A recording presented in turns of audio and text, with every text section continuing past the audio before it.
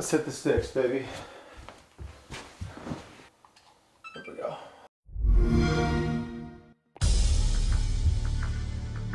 All right, let's go, baby. Only need 2 more kills to get the final upgrade on the SIG Spear LT.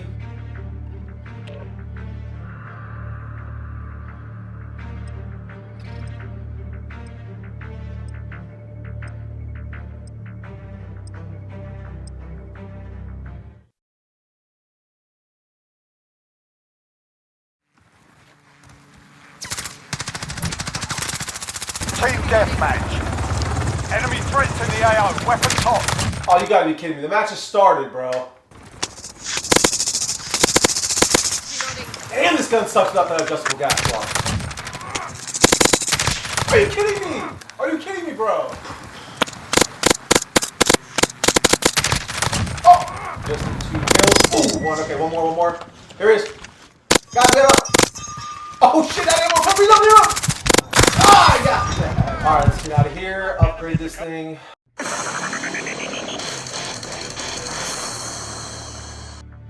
Nine is 300 blackout. Let's put the aim point and the magnifier on there. Unity risers. Let's get the peak 30 from energetic on there. Let's upgrade this lower too. HRF Concepts magwell with FR Tizzy. Put on the SAS stock and the shorty vertical grip from Samson. Why not? Let's get that lamb on here for night vision. And finally, recoil control. Equip Omega Valve. Let's go. Mod 2L. Let's go to work.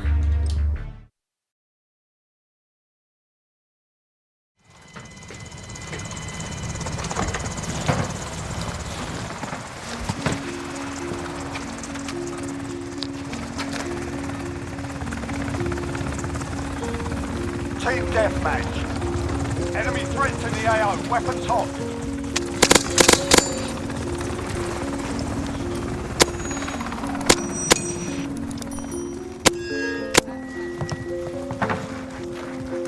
We're in control.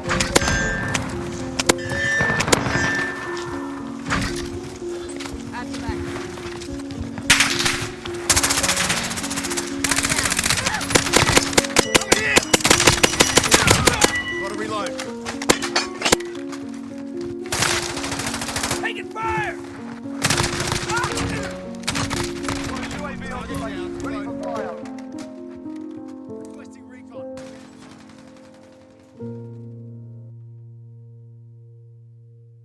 What is happening, all of you sexy warriors out there? Welcome back to the channel. Today we're taking a long-term review look at both the 9-inch 300 blackout and the 11.5 5.56 variant of the SIG Spear LT. Let's get into it. All right, y'all, welcome back to the channel. Today, we're revisiting a topic, a gun, a platform that has been a fan favorite here on the channel, and that is the SIG Spear LT. As you guys may notice, I have both the 11.5 5.56 as well as the 9-inch 300 blackout variant of this gun. And my goal for this video is to leave you guys with some really good information on whether or not I still recommend these platforms, because early on when I first got this rifle, I would be lying to you if I said I wasn't excited about it, and that may have caused me to have some bias during the review because it is such a good looking gun. So I wanted to revisit these rifles after I've put several thousand rounds through each. This guy is going on 3,500 rounds in the 300 blackout variant, which is a ton of ammo and dollars wise as far as 300 blackout goes, which leads me into a very shameless plug, which is shouting out Brownells, the biggest sponsor of this channel. If you guys do want to support the channel, please head over to rangedaybro.com. You can check out our merch, our discounts page, our loadouts page. There's a ton of good stuff over there. Make sure you subscribe to our email list. Make sure you follow me on Rumble, follow me on X, follow me on Instagram. That's the best way to DM me over there if you have any questions. Now, as far as the round count goes on the 5.56 variant, we are also approaching 4,000 rounds on the 5.56 11.5 SIG Spear LT. So I wanted to revisit this topic and talk to you guys about what my opinions are on this platform, what my experiences are through those thousands of rounds, and answer the question for all of you. Now that the hype has died down, I've had a lot of intimate time with these. Are they still worth the money that the price tag demands, which is $2,500 the last time I checked? Now, before we dive into the full review, in my comments, the good, the bad, the ugly, I do want to take a moment to go over our full disclosures. In this case, this 9-inch 300 blackout was provided to the channel a long time ago by Brownells, but I want it to be very clear. I have zero relationship with Sig Sauer. I've been very critical of them in the past, which has led them to completely ghost me on any of my previous requests, and I'm assuming on future requests as well. Now, as far as the 11-inch 5.56 variant, I paid 100% out of pocket for this gun. I paid $2,500. At the time, it was a pistol. In this case, it still is a pistol because we've done a little lower swapping because I SBR'd this guy. But anyways, when you buy it as a pistol, it does not come with a stock or a brace in that case. So that's just something to consider as well. But I did pay full price for the 11.5 5.56 variant. Now, because we've done individual full-length reviews on both of these rifles, going over the accuracy and all that stuff, we're not going to be doing that in this video. This is going to be more so a pros and cons of weighing both of these options here and why you may want to or may not want to consider one of these for your next rifle. So I encourage any of you guys, if you want to see a detailed breakdown of the specs of each or the accuracy results of these, you can go check out those videos that are previously on the channel. So I'm going to start off the video with the main conclusion or main points of this video and give you guys my opinions right up front here at the beginning. If you are going to buy one of these rifles, I recommend getting the 300 Blackout variant because there are way too many good 11.5 5.56 options out there that cost way less and have virtually no downsides over the SIG Spear LT. For instance, the 11.5 Super Duty, that is a phenomenal upper, and I don't see this performing that much better than the 11.5 Super Duty to justify the price cost and the weight difference up front here. The only contrary to that would be if you have to have a folding system, you could still buy a Law Tactical Folder, which is going to increase the weight, but in a better part of the rifle in the back here versus in the front where this short struck gas piston system increases the weight. And that added weight in the buffer system will also help reduce that felt recoil in the gas to the face and help tune it a little bit better if you're running it suppressed with a traditional baffle stack can. Now also, while we're talking about it, if you're paying this kind of price tag, you probably have HK money, and HK now has released the A4 with an adjustable gas block. I don't have any experience with that upper, but I am sure it is a phenomenal upper, and I'm looking forward to getting one here shortly. Aside from that point, we've had zero reliability issues with this thing. There's no abnormal wear on it. We do have some upgrades, which we'll talk about at the end of the video, but we're gonna go back and focus on the 300 Blackout variant because this, to me, is where the value lies and where this type of system shines because of the versatility 300 Blackout and because it is a lot more finicky to get to run than a 5.56 gun. So let's continue the conversation there, guys. 300 Blackout, in my experience, because of the wide variety of ammunition that's available, which is kind of the biggest asset of 300 Blackout, it makes it hard for me, at least, and I found, that every 300 Blackout gun that I have built with different barrels from different manufacturers, in particular, one that comes to mind is the Ballistic Advantage Hansen Profile 300 Blackout barrel that I built years ago. It was a 9-inch or 10-inch, I can't remember, but I had tons of issues getting that thing to run reliably, and I tried everything with different buffer weights and springs, and I just had no option but to end up selling it. So the only two guns that I've had really good success with on the 300 Blackout cartridge are this guy right here in front of you and the DDM4 PDW 300 Blackout. But since I know a lot of you guys will ask me to compare the two, if I had to choose, I would choose the SIG Spear LT based purely off of the short stroke gas piston system and the ability to put in the Omega Valve Mod 2L, which is the newest adjustable gas block from J. Bennett Designs. That absolutely changes the game. As you guys heard me mention just a minute ago, if you're gonna pick one of these up between the 11.5 5.56 and the 9-inch 300 Blackout, I recommend you go with this gun, but there's still a caveat even when I say that, because when you pick this gun up in its stock configuration, it does not fully exploit the advantages of having a bufferless short stroke gas piston system. So from the factory, they come with these gas blocks right here, which they call an adjustable gas block, but really it's a normal setting and then an adverse setting for both the 11.5 5.56 variant and the 300 Blackout variant. Both have a normal setting and an adverse or increased gas setting. So you have two options and both of them suck, quite frankly. Now these are ever so slightly different. You can see over here, this is the shorter guy for the 300 Blackout and this is the 11.5 5.56 variant. So they are slightly different. They're not interchangeable, and that is why J. Bennett Designs came out with his adjustable gas block. There is a Mod 2L, which is for the longer 9-inch variant of the 300 Blackout, and there is the original Mod 1, which is for the 11.5 5.56 variant. Now, the reason I bring up this product first and foremost is because I believe this is how it should have came from the factory. These systems are made to take advantage of an adjustable gas system, and what the Omega Valve Mod 2L gives you is the ability to change between 4 different gas settings. It also has a vent-off jet screw in the middle of it so that you can further fine-tune and dial in your gas based off of what ammunition you're running, what suppressor you're running it with, and what combination you're going to be doing it in. Now, for me personally, I think it's really important to have a gas system that is both capable and soft shooting with supersonic ammunition, which is what's going to give you the most terminal ballistics on target, as well as it running smooth and as quiet as possible with subsonic ammunition. Now, you can't have your cake and eat it too, but in this case, I have settled on the 1mm gas jet screw. That seems to me to give me the most reliability with both supersonic and subsonic ammunition while running the Energetic Armament Peak 30. Guys, I just want to take a moment to thank the sponsor of today's video, which is Energetic Armament.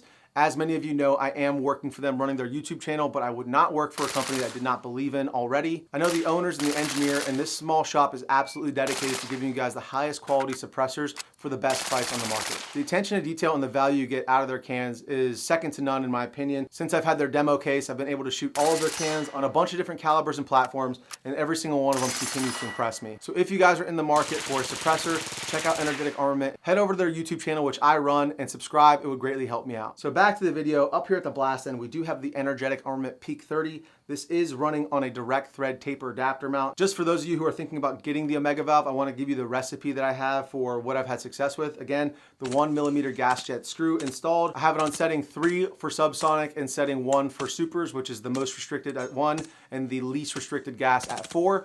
That gives me a little bit of playroom to increase the gas if I ever need to, if the gun gets super dirty, or if I'm running a lower powered ammunition for whatever reason. I have a little bit of wiggle room there, and I don't mind having a little bit more gas to the face and a little bit more recoil in order to get that increased reliability. Now, speaking of reliability, have we had any issues with this rifle? Other than the FR Tizzy going down recently and not working for whatever reason in the 3rd position, I've had 0 issues with this gun, and that's the biggest reason that I love and recommend this thing. Again, being that I've had issues with DI ARs that I've built, but without the Omega Valve Mod 2L, I don't think it has too many advantages over the DDM4. So if you're going to consider picking one of these up, I would just say be prepared to invest in one of these adjustable gas blocks and also an FR Tizzy, because these things make it a lot of fun and really exploit the advantages of having that short stroke gas piston system. Now the same can be said for the 11.5 5.56 variant, right? This guy also has the Omega valve. That's the Mod 1 for this variant right here, and it does absolutely change the game. So if you're dead set on picking one of these up, I definitely recommend getting that 3-position guy, because again, that's kind of the whole point of the short stroke gas piston system, is running it suppressed in a shorter barrel at high rates of fire. And this adjustable gas block is an absolute game changer for doing so. Now he's a very small shop, and if you guys want to support his operation and fine tune your gas system over here, you could use code RDB10. That saves you guys 10% off over at J Bennett Designs for the Omega valve. So in conclusion, before we go over this entire setup and talk to you guys about why I have it set up this way, if you guys are interested in the SIG Spear LT, do I recommend you getting one? Short answer is, if you want a bufferless short stroke gas piston system that you can shoot while folded, and that you are willing to put a 3rd position bullet button in to exploit the advantages of said system, as well as an adjustable gas block, then I say more power to you. Go ahead and pick it up. But otherwise, there's a ton of awesome DI options out there that do what this guy can do specifically. The 300 Blackout, not so much, but especially the 5.56, that's just my perspective on it. Now that I've had years and thousands of rounds to think about it, that is kind of where I lie. Now, since this guy is a lot less kitted, let's first start with this guy and the setup real quick. So up here in the front, we are running the Energetic Armament Ferox. This is actually a 6mm can, so it does work on 6 arc. We do have it with the direct thread taper adapter. As you guys know, the SIG Spear has a tapered barrel, which is pretty cool because you can run a direct thread taper adapter from Energetic, which gives you the closest and the lightest mounting option available while it's still being pretty rock solid. But if you're gonna set it on there and forget it, I really love these direct thread taper adapters, and they're hub compatible. So whatever suppressor you're running, if you're running a Polo K, you can still pick one of these up from Energetic and it'll work with your can. Moving back from there, as we mentioned, the Omega Valve Mod 1 has been phenomenal.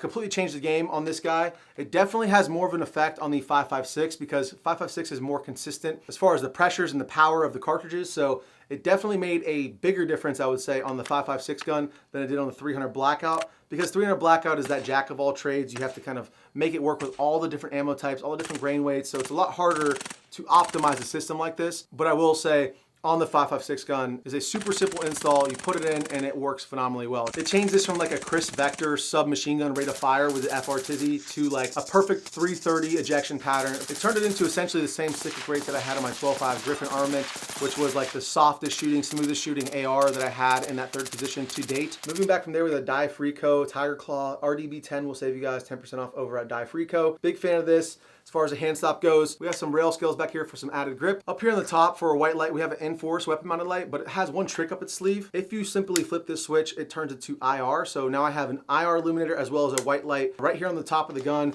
Moving back from there, we have the Magpul QD up here on the top, which is the same one we're running on this guy. Because these rails don't have QD slots on them, that is where I like to mount my QD, so I put this guy on there. It works phenomenally well. It's a cheap part, like 15 bucks. Now, as far as the optic goes, we have the EOTech EXPS 3-2. It is sitting on a Unity fast riser. This is actually the 3-1. So this is the single dot, does not have the donut of death. It is simply a single dot, and we have the 100 Concepts ARD on the top. And then finally here at the back, we have the Samsung Manufacturing BRE, which is the bufferless receiver extension.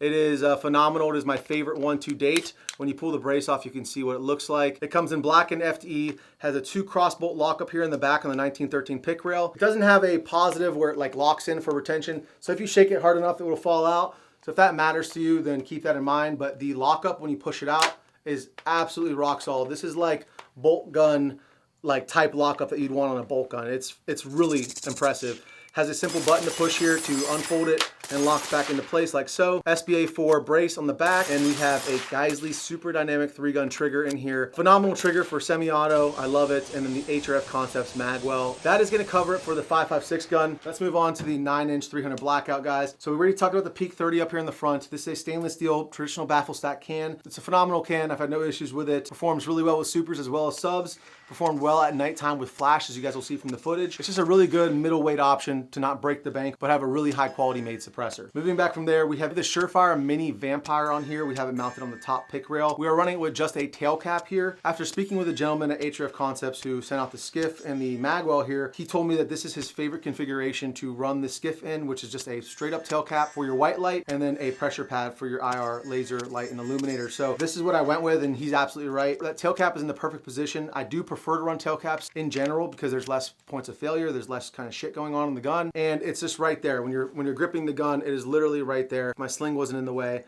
currently stowed away, I can easily get to it. And then I can simply activate my LAM right here from the pressure pad. Let's just hop right over to the optic system because that is probably the biggest thing a lot of you guys are wondering about on this setup. So over here we have the Unity Fast Riser for the Aimpoint T2, which this is an Aimpoint T2 on top. This is my first experience with Aimpoint. I do like that I can just leave it on. That's a big advantage of the Aimpoint over the EOTechs, where those things automatically shut off after 4 hours or 8 hours, depending on if you power it on with the up arrow or the down arrow. For those of you guys who didn't know that, the down arrow powers it on for 4 hours and the up arrow powers it on for 8 hours. But with the Aimpoint, you don't have to worry about that because the battery life is phenomenal. So you just leave it on. We do have the EOTech G45 magnifier back here. It is on the Unity flip to center magnifier, so it doesn't flip off to the side. It goes straight down into its same footprint, reducing snag points. Now moving up to one of the coolest parts of this setup, in my opinion, is the skiff. So this is essentially a diving board that clips onto and clamps onto your existing Unity Fast Aimpoint T2 riser, and it elevates your laser aiming module above the rail, giving you more rail space and options for mounting your pressure pads and lights and things like that. So as you guys notice, the way we have this set up,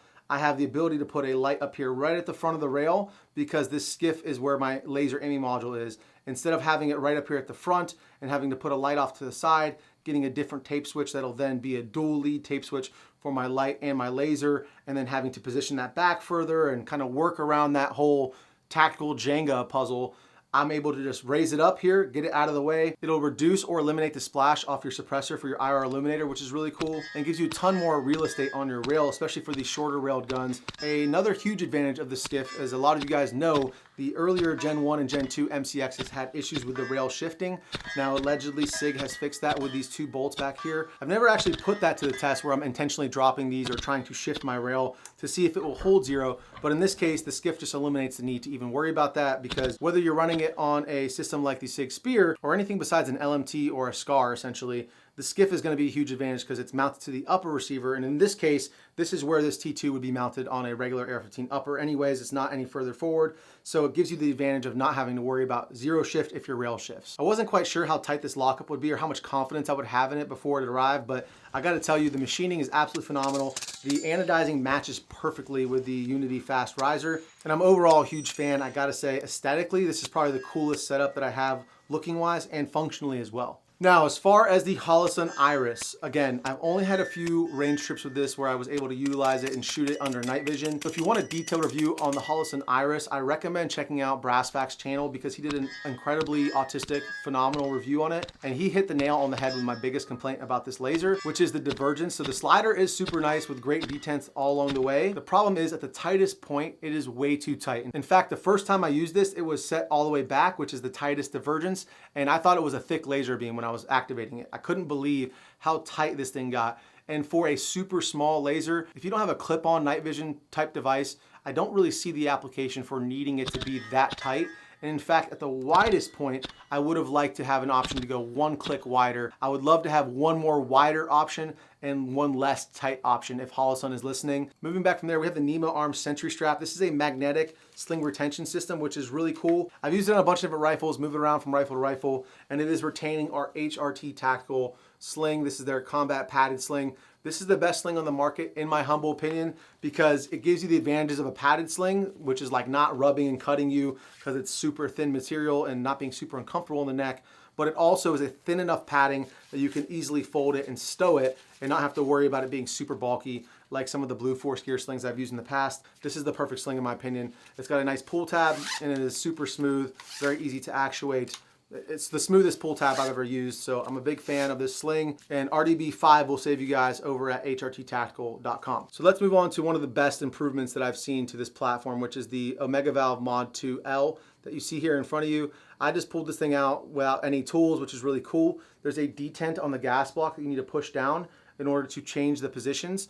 And that's something I want to talk to you guys about real quick. So this valve, I've talked to Jay Bennett Designs about this, is not meant to be field adjustable. It is meant to be a set and forget type system. Although you can field adjust it, it's a little difficult. You kind of have to get one finger in there and push this detent down on the gas block. That is the detent you need to push in order to get the OEM gas block out, as well as to get this one in and then to adjust it. It has these little steps here that you can put a bullet tip in or a punch or something and rotate it in the field, but I find it's a lot easier just to stick a finger in there and push that detent down while spinning this, or use your thumb as you're grabbing it, push the detent down and turn it kind of in one motion, okay? And I will demonstrate on camera what that looks like. So you need to push that detent down in order to install it. So you'll see that right here very quickly.